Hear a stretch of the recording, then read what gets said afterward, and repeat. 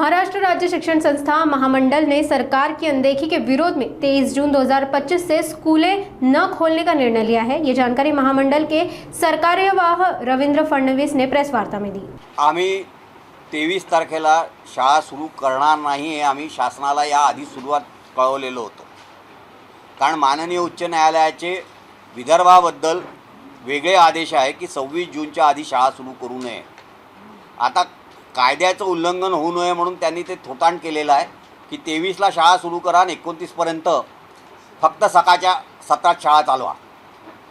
पण आमचे जोपर्यंत आर्थिक निर्णय आणि इतर निर्णय जे आहेत, बहुतेक आमचे विजेचे दर, आमचे मालमत्ता करांचे दर आणि आम्हाला आमचं जे थकीत वेतनोत्तर अनुदान आहे आणि RTA चे पैसे, साधारणतः 4000 कोटी रुपये RTA पैसे शासनाकडे थकीत असताना त्यांनी यावर्षी फक्त 240 कोटी रुपये दिलेले आहेत आणि तेही 240 कोटी रुपये यांना देताना आमच्या वेतनोत्तर अनुदानातले पैसे त्या ठिकाणी ट्रान्सफर केलेले आहेत। आमचे हे जोपर्यंत आर्थिक प्रश्न आणि इतर प्रश्न जोपर्यंत सुरू होत नाही तोपर्यंत आमचा शासनाशी लढा राहील आणि त्याकरता पहिलं टोकन म्हणून आम्ही 23 तारखेला शाळा बंद करायचं ठरवलेलं आहे। किती शाळा या तुमच्या आंदोलनात सहभागी होणार आहे?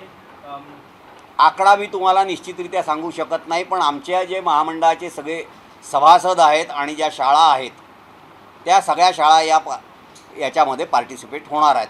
आज माझं नागपुरातल्या सगळ्या ज्या मोठ्या शाळा आहेत त्यांच्याशी बोलणं झालं आणि त्यांनी आम्हाला होकार दिलेला आहे की आम्ही शाळा सुरू करणार नाही। सरकारने कारवाई केली जिल्हा शिक्षण संस्थेवर? कशाची कारवाई करणार आहे? शाळा बंद करतील ते आता आम्ही आधीच तयार आहोत शाळा बंद करायला।